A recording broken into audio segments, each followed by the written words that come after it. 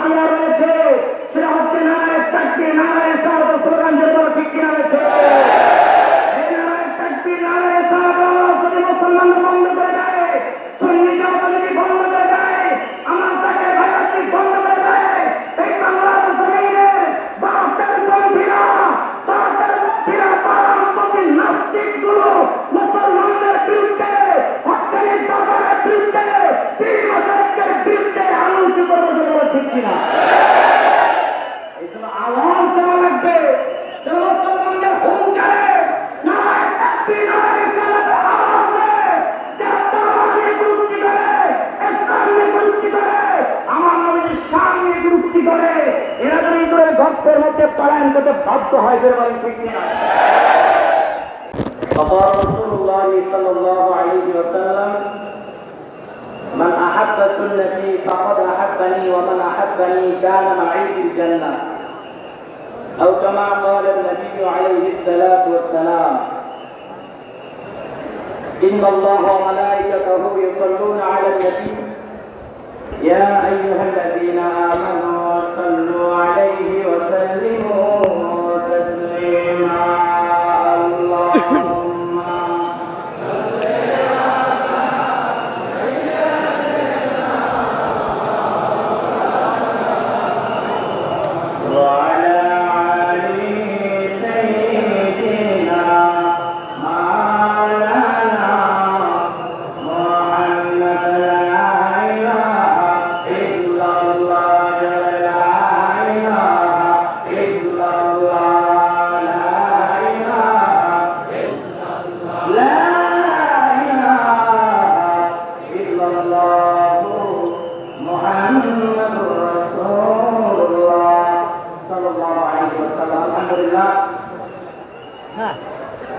এ বিশাল ফরিদপুর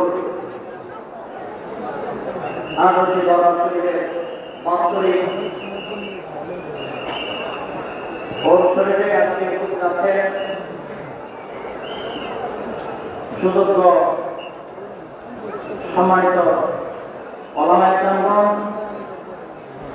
সামনে উপস্থিত দূর দূরান্ত থেকে আগত আল্লাহ তাআলা আশিকিন শাকিরিন জাকিরিন মুহিব্বিন মুরসাল আওয়াম, আল্লাহ পাক রব্বুল আলামিন তাআলাকে শুকরিয়া জ্ঞাপন করছি এই জন্য যে মহান রব্বুল আলামিন আমাদেরকে সমস্ত দুনিয়াবী ঝামেলা থেকে হেফাজত করে এই পবিত্র ওরস মোবারকে আসার তৌফিক দান করেছেন। এই জন্য জবান থেকে উচ্চকণ্ঠে সেই মহান রব্বুল আলামিনের দরবারে একবার শুকরিয়া জ্ঞাপন করছি, আলহামদুলিল্লাহ।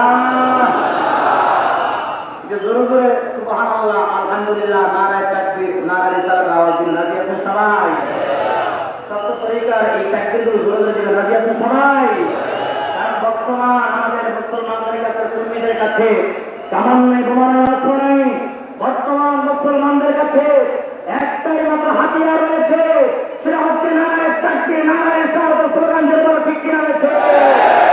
এই নারায়ে তাকবীর, নারায়ে সালাত যদি মুসলমান বন্ধ করে দেয়, সুন্নি জামাত যদি বন্ধ করে দেয়, আমার তাকে ভাইয়াতি বন্ধ করে দেয়, এই বাংলার জমিনের বাতিলপন্থীরা, বামপন্থী নাস্তিকগুলো মুসলমানদের বিরুদ্ধে, হক্কানি দরবারের বিরুদ্ধে, পীর মাশায়েখের বিরুদ্ধে আলোচনা করবে, ঠিক কিনা? এই জন্য আওয়াজ দেওয়া লাগবে, যে মুসলমানদের হুঙ্কারে নারায়ে তাকবীর, নারায়ে সালাতের আওয়াজে দেশকে বিরুদ্ধে করে, ইসলামকে বিরুদ্ধে করে, আমার নবীর সামনে বিরুদ্ধে করে, এরা যদি করে গর্তের মধ্যে পলায়ন করতে বাধ্য হয়, বলেন ঠিক কিনা? এই আদর্শিক দরবার আমি গত বছর বলেছিলাম যে আমরা আগে এই ধরনের দলগুলো সংগঠন ধরে ধরে দল হচ্ছে সংস্কারী মজা আত্মমজা, যখন আমি করে মনে আছে ওই ছুটির মানে শুক্রবার জুমাতে রাতে সবাই এখন ছুটি করে ওই জিপি খেয়া দিয়া, তখন তো রেডিও বড় বড় কালা কালা ওই ক্যাসেট খেয়া দিয়ে আমরাও এরকম অনেক সময় দিয়েছে। এবং আমি ছোটবেলা শুনেছি আমি আরো শুনেছি তান্ত্রিক দরবারে গেলে ইমান চলে যায়, নাউজুবিল্লাহ বলেন। শুধু তাই নয়, আমি আরো শুনেছিলাম যে এই দরবারে নাকি নারী পুরুষ একত্রিত হয়ে নাচ গান করে আব্দুল্লাহ কি করে আব্দুল্লাহ করে একসাথে নাকি মহিলা পুরুষ নাচানাচি করে। অথচ আমি কত বছর আসলাম, কত বছর তো এত সময় আমি থাকতে পারি নাই। আজকে আমি দিনে 12 বছর আসছি, 12 বছর আসার পর থেকে আমি অনেক জায়গায় এখানে ঘোরাফেরা করেছি। একটা জায়গাতেও দেখলাম না নারী পুরুষ মিল্লা এক জায়গায় বিক্রি করতেছে। আমার এখানে কি নারী পুরুষ এক জায়গায় বিক্রি করে? এক জায়গায় বিক্রি করে এখানে কি দরকার থেকে হয়?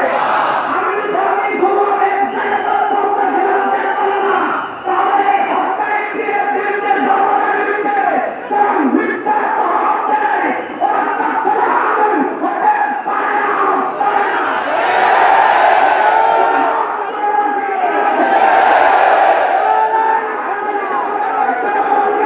দাঁড়ান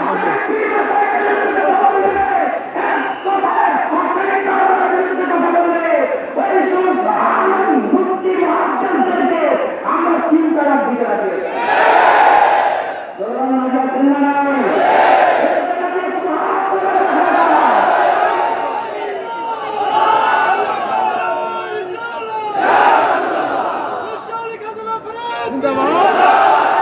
আমি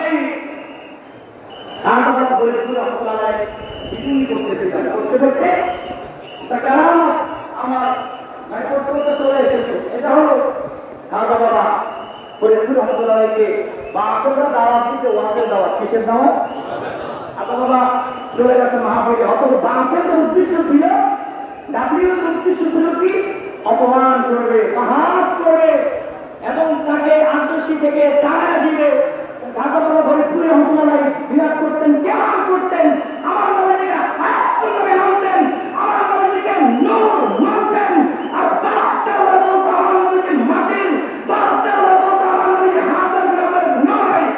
এদের বিরুদ্ধে খাজা বাবা ফরিদপুরি রহমতুল্লাহ যখন সবসময় এদেরকে বোঝাইতে, এই বাপেরা চক্রান্ত করল যে এই আদর্শী দরবার থেকে, আদর্শী থেকে খাজা বাবা ফরিদপুরকে বিতাড়িত করতে হবে।